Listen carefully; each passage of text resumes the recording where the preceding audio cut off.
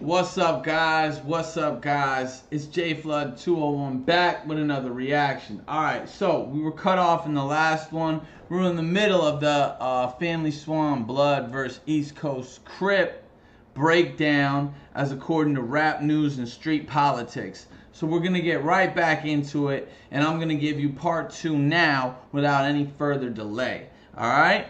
Alright, here we go. Rappers that's coming out of the Swans, man. A lot of representation over here on the east side when it comes to the music.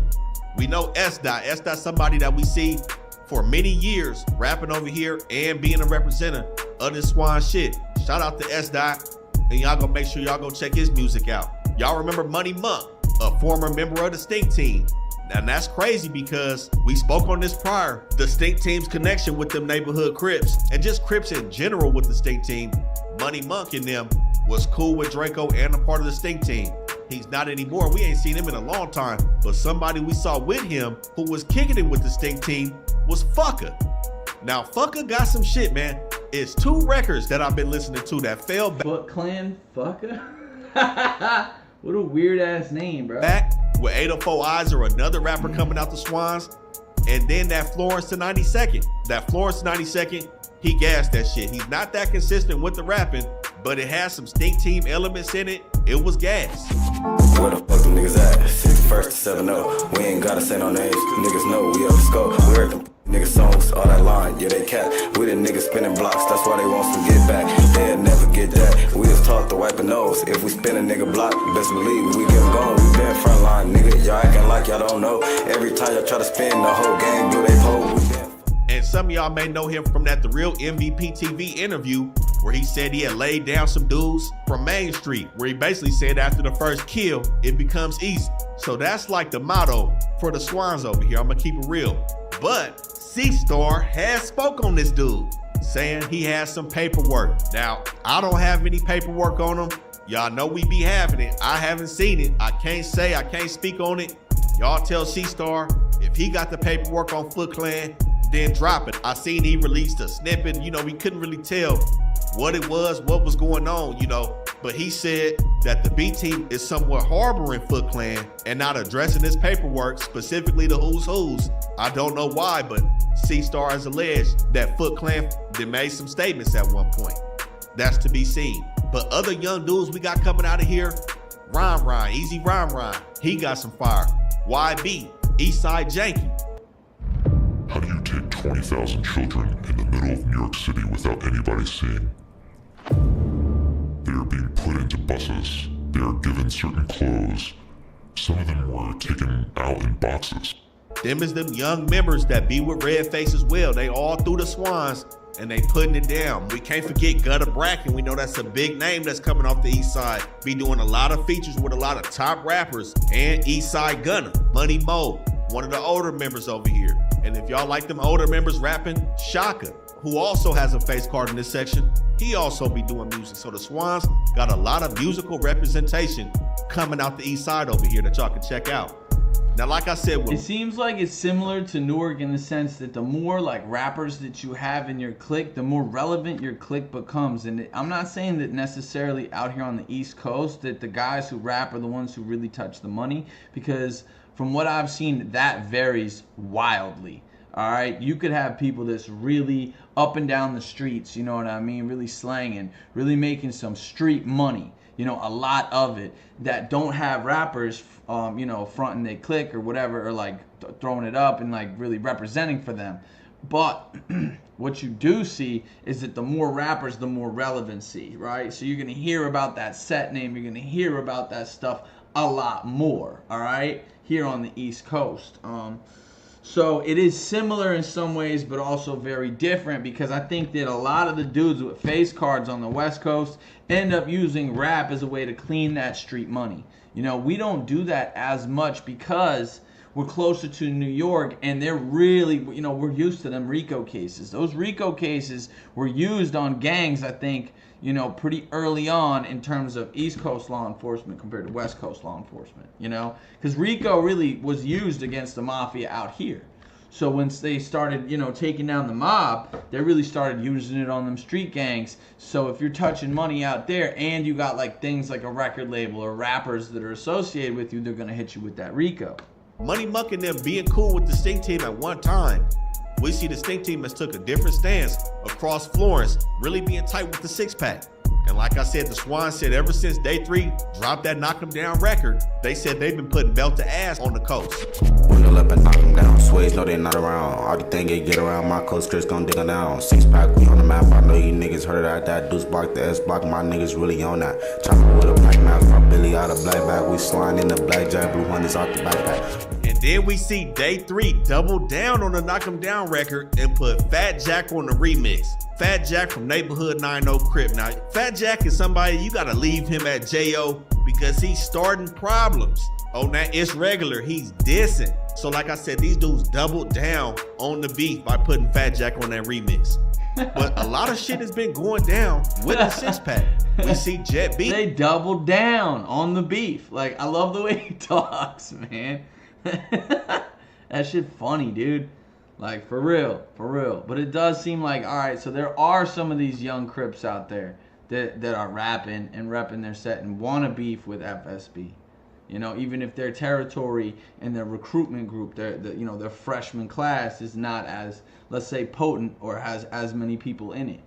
It was some conversations about Jet Beezy hood hopping from neighborhood hunters to the East Coast. Now I seen this video where he is throwing up and said rolling hunters. It looked like he was in high school. I can't say we know that, you know, we not doing none of that, but the internet's coming for Jet Beezy over that right now. Now we know he's a top young rapper coming out the six-pack, and we know somebody did catch him in traffic. Now that situation where they caught him in traffic in the whip, I'm gonna have to say it's bunk because whoever put the camera on him didn't get cracking either. They talking about he wasn't cracking, he was ducking. Whoever cut the camera on wasn't cracking either.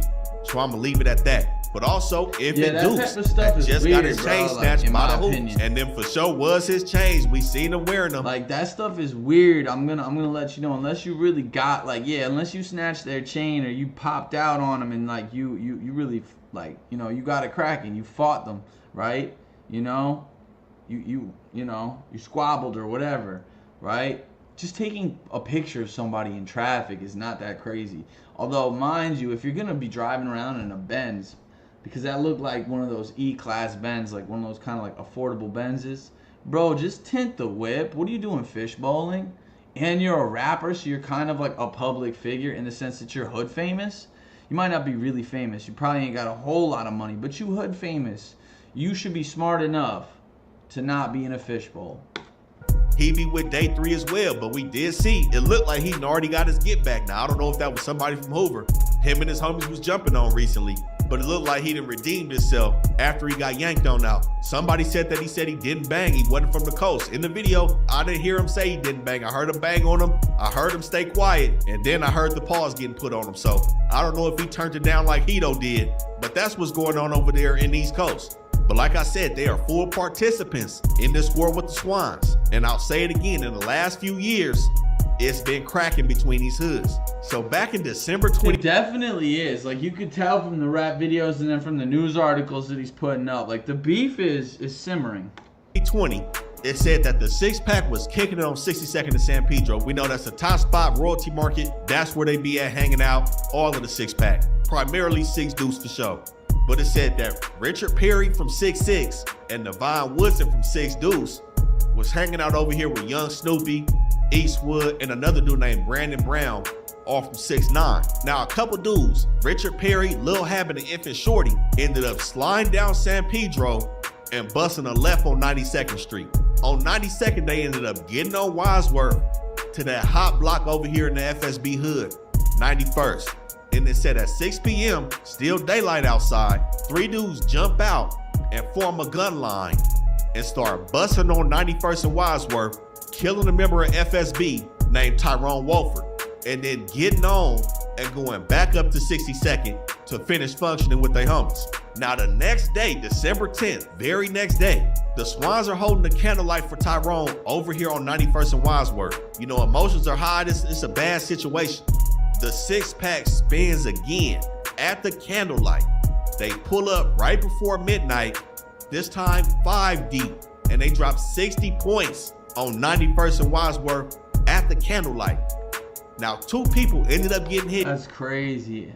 That's crazy. Shooting up the Candlelight Vigil is demonic, bro.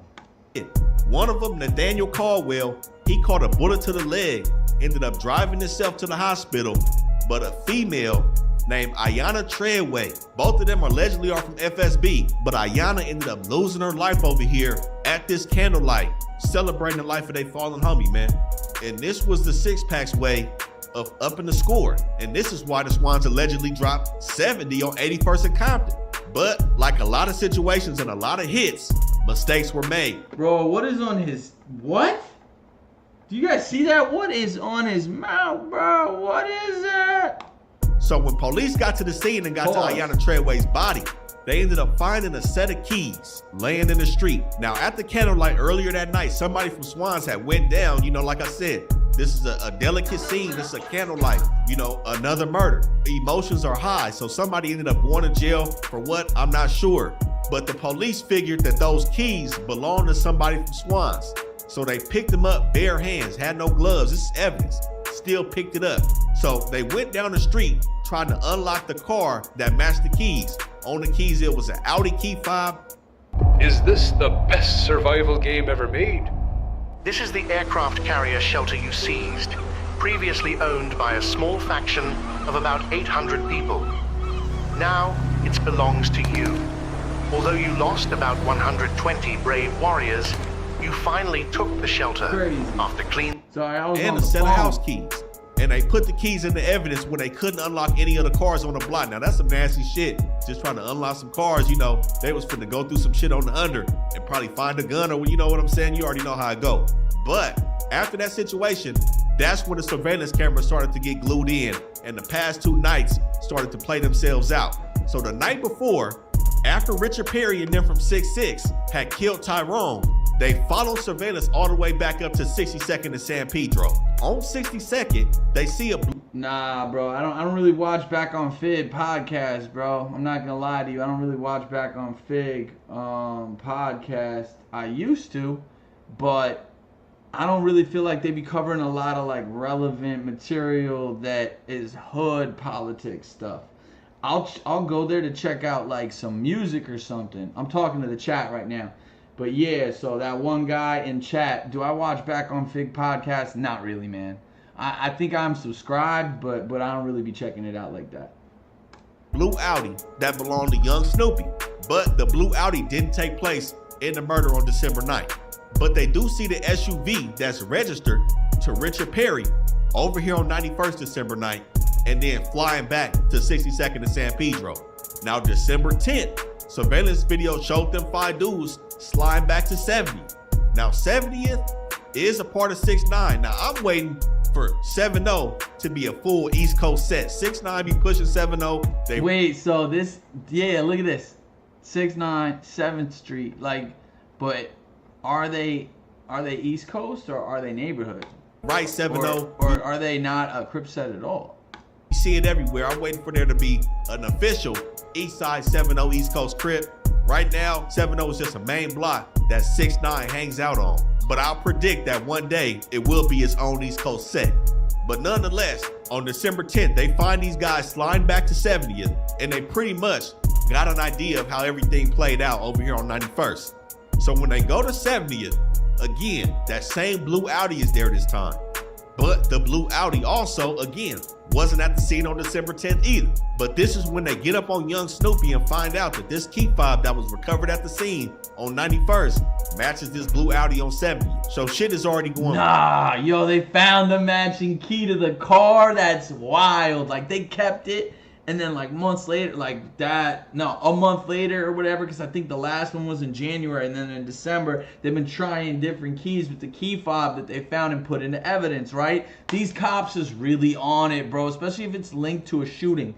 Oh man, they're gonna try everything to get you, and eventually they did, right? Dang. Really bad after this move. But you know what blow this shit up every time?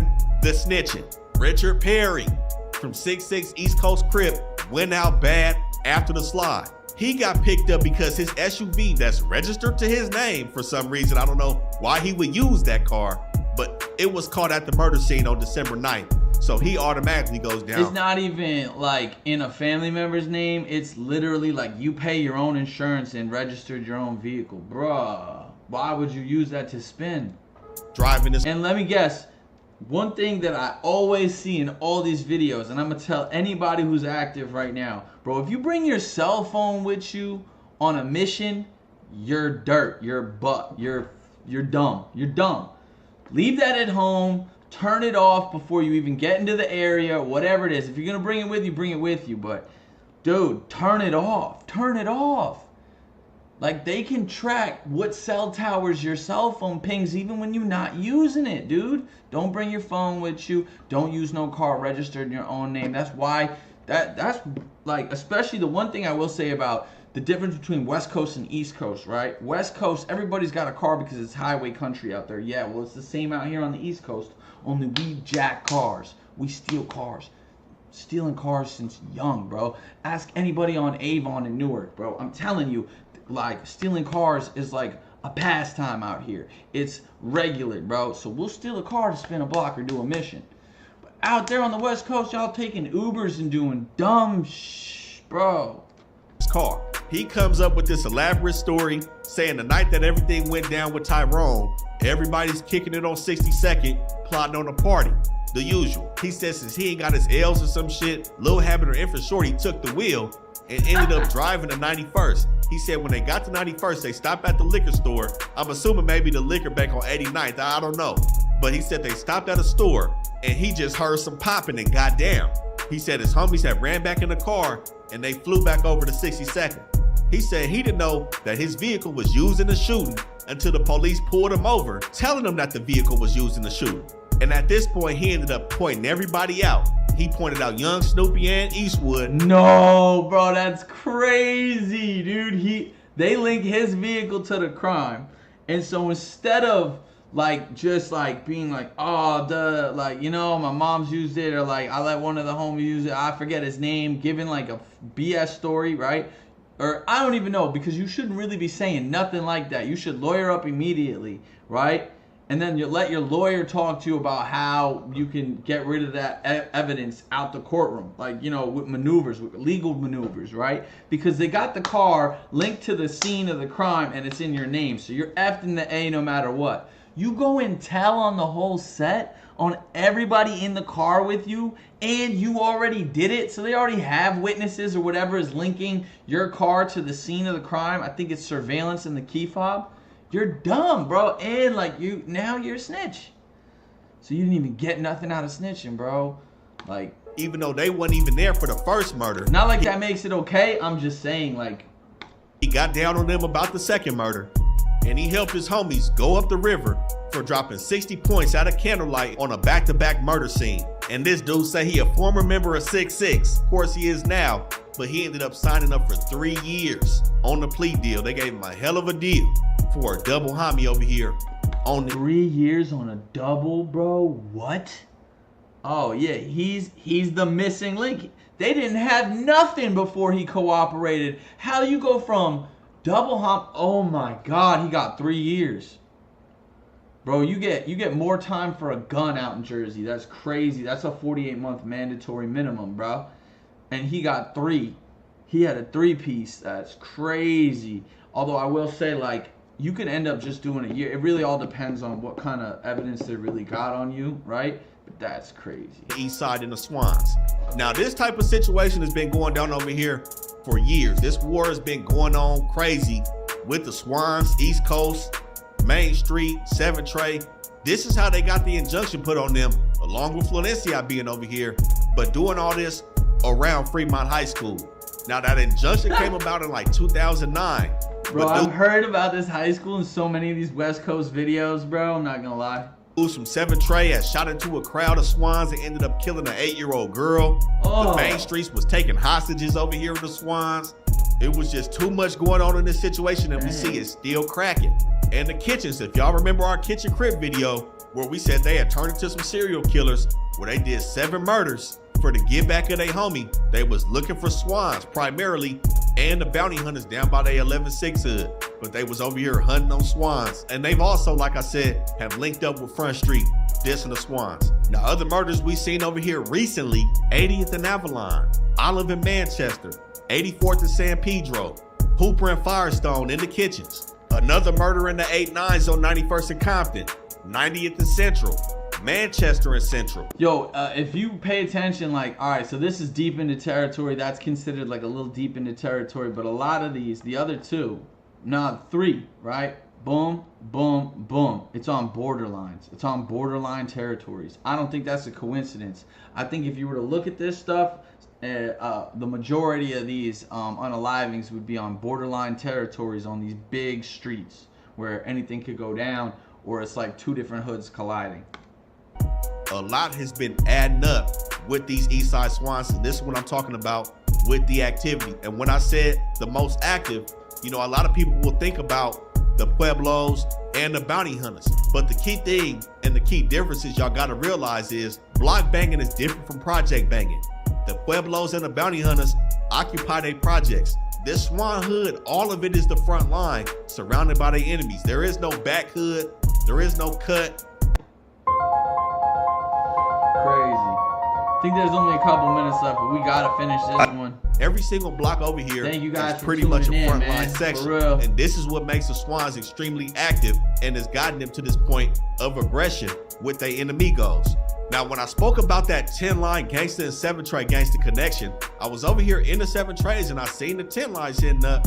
I'm like, man, you know, the Eastside 10-line gangsters in Watts are far from the 7-tray gangsters over here between Florence and 75th. I don't know how that connection has came about. I don't know if some of the young homies have linked up in the halls and glued it together with the 7 trays, but we did see the 10 lines and the 7 trays tag teaming and performing on the Swans in 2020.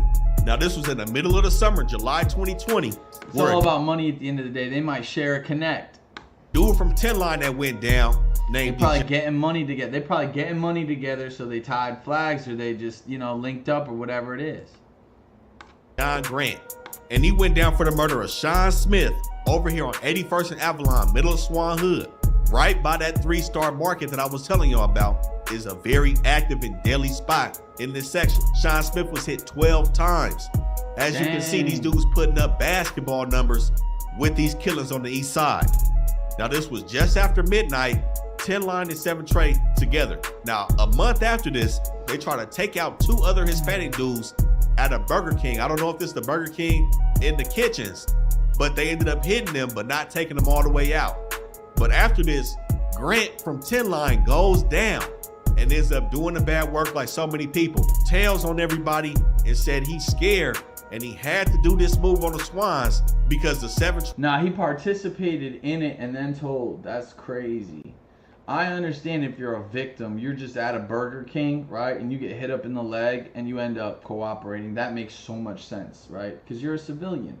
But this dude was out there on the mission. Trays and his homies would kill him if he didn't participate. Now we know the 10 line. What do you think they're gonna do to you now, bro? Come on. Is over here beefing with Gray, Hat Gang, PJ Watts, 7th Street, but they're full participants in this war against the Mad and the neighborhood family Swans, regardless of their territory. And I think this is why the Swans have no shame in putting CK on anything, because Crips is coming from all over the place to get cracking. We see the Insanes was just telling the Swans from Long Beach about yanking on their chain and dissing the Eastside Swans. Yeah, you tell your homies come get their shit back. Sway, nigga. I want to say we Sway her killer. I want to say Kip, ASM, dead homies, that's why I'm murder. So again, this area, nothing to play with, no games being played from the Bloods over here. And y'all make sure y'all stay out this section. When you come over here in these Swans, man, you can feel this shit in the air. This is the gutter, this is the hood.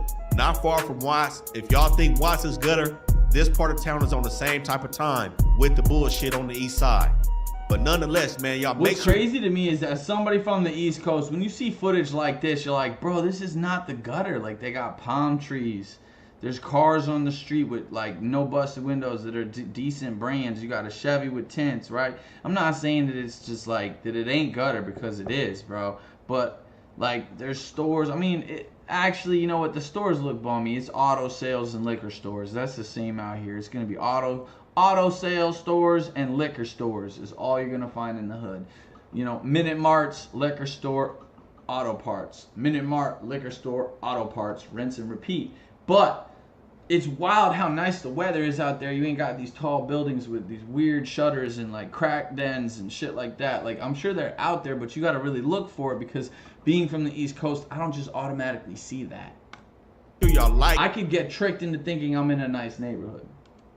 comment, and subscribe to the best hood channel on YouTube. Alright, so that's it. We're going to give that video a nice 8 out of 10. That was great. Rap news, streets, and politics. We're loving his content. We're going to stay tuned for more stuff. We're going to go ahead and give this a like and a comment, alright? You know, it's dope to talk to the person in chat. Do I watch Back on Fig? No, not really. I am subscribed, but I don't really be watching that Back on Fig stuff, you know? Like, I really don't, you know? So, like, comment, subscribe to my channel. I'm JFlood201 on Instagram if you want to check it out. You know, if you leave likes and comments or you're in the chat, I'll react to things that you tell me to react to, you know?